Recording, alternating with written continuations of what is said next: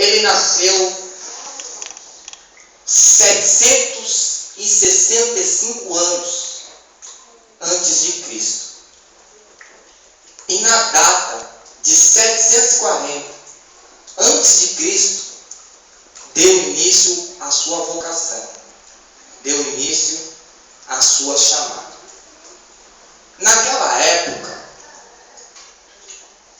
era marcado o tempo de forma decrescente. Por isso que ele nasceu na data de 765 anos antes de Cristo. E a sua vocação deu início na data de 740. Ou seja, 765, 64, 63, 62, 61 e assim por diante. Ou seja, na data de 740, quando deu início à sua vocação, ele era da idade de 25 anos. Foi quando ele foi levantado por Deus para anunciar a sua palavra. E nessa data de 740 anos antes de Cristo, a sua chamada, a sua vocação foi marcada por uma visão extraordinária. Visão esta que ele relata no livro de Isaías, capítulo 6, aonde ele diz: eu vi o Senhor assentado em um trono, alto e elevado, e o seu manto cobria todo o templo. E vi também anjos querubins, que tinha 6 asas, 2 cobriam o rosto, 2 cobriam o corpo, e 2 voavam. E diziam uns aos outros: Santo, Santo, Santo, Aleluia. Santo é o Senhor. E a presença de Deus enchia toda a terra. Oh, Espírito. Essa visão marcou a data da tua vocação, marcou a data da sua chamada. Deus purificou seus lábios e o levantou para anunciar a sua palavra. Aleluia. No livro de Isaías, capítulo 24, ele recebe de Deus uma mensagem para transmitir ao mundo. Mensagem essa que não era referente às coisas passadas. Mensagem essa que não era referente às coisas presentes. Não!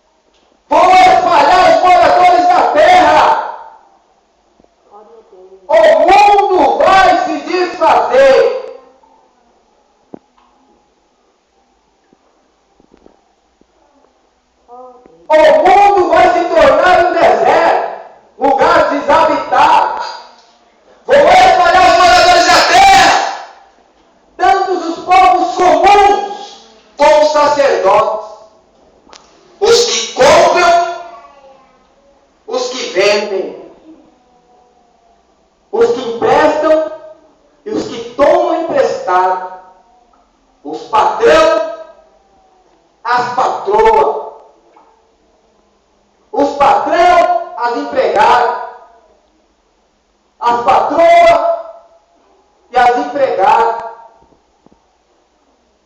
Porque vocês quebraram a aliança que era para ser para sempre. Desobedeceram a Deus, as suas leis e os seus mandamentos. Por isso, a terra vai ser destruída. Vai ser destruída completamente. Isaías transmite esta mensagem. E estava querendo que prestassem atenção nessa mensagem que aponta para o juízo, para o fim de todas as coisas. Prestem atenção, irmãos. Redobre a vossa atenção. Isaías recebeu essa mensagem da parte de Deus. Uma mensagem de admoestação. Uma mensagem de advertência. De alerta. Isaías era um ser humano como qualquer outro. Um ser humano que sentia medo. E ele recebe essa mensagem de Deus para transmitir. E ele transmite, está registrado no capítulo 24. Ele fez a parte dele, sem se importar o que iriam pensar dele, sem se importar o que iriam achar dele, se iriam pensar se ele era careta ou se ele não era, se ele tinha perdido o juízo, se ele tinha ficado maluco. Ele não se importava com o que iriam pensar. Ele não se importava se, por causa da mensagem, alguém existisse contra a vida dele. Ele não se importava. Ele estava empenhado em fazer a vontade de Deus, porque foi para isso que ele foi levantado.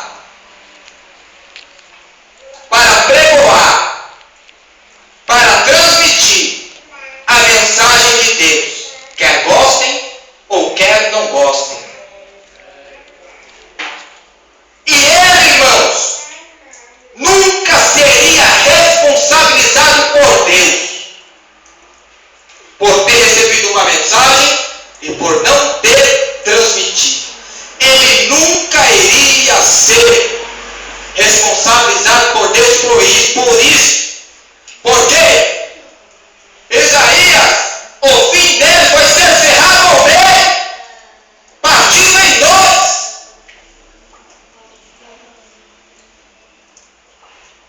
Ele não tinha medo, estava disposto a morrer pela vontade de Deus, pelo seu ministério, pela sua vocação.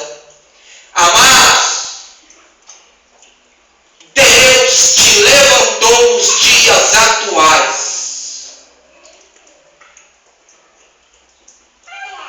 para transmitir a mensagem de Deus.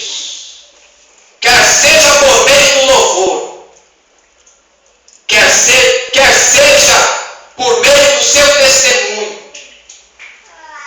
quer seja por meio da palavra, da ministração, do dom que Ele te deu.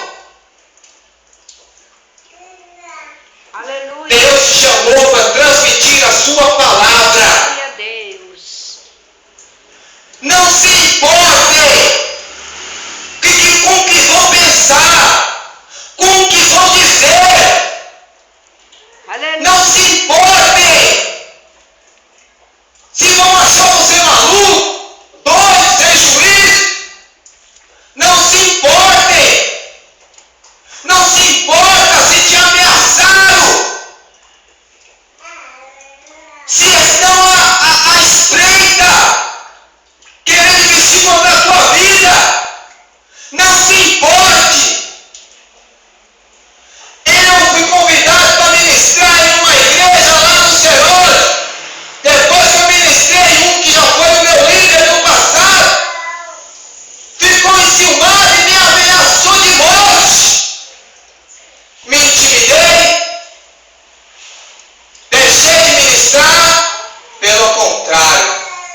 só me fez ficar mais empenhado. Glórias a Deus. Não tenho medo, porque eu sei que se eu morrer, para onde eu vou, e estou disposto a pagar o preço. Irmãos, uma palavra sua pode mudar uma situação. Aleluia. Uma palavra sua pode tirar a pessoa do pecado e transportá-la para o caminho de santidade. Glória a Deus. Aleluia. Uma palavra sua pode reverter uma situação. Não se cale, apregoa, ministra, Deus te levantou para isso. Sabe por quê? A gente está com uma espada desembainhada sobre o nosso pescoço. Aleluia, Deus. Todos os dias devemos fazer como Isaías, ministrar as mensagens que Deus nos deu para ser ministrada. Ministre, apregoe, anuncie o Evangelho, para que amanhã ou depois você não seja responsabilizado pela morte desse ou daquele. A Bíblia diz que nos tempos de Noé, a iniquidade, o pecado se multiplicou de uma tal forma que Deus pensou em destruir, devastar, acabar com a raça humana. Mas Deus viu um homem chamado Noé, e o próprio Deus se refere a ele como um homem justo diante de Deus. Deus elaborou um projeto e escolheu ele para fazer esse projeto sair do papel. Projeto de começar tudo do zero, para extinguir com a maldade da face da terra. E entregou esse projeto a Noé. Noé analisou, aceitou o desafio, que era construir uma arca, e ele começa a construir a arca. Ele começa a construir a arca.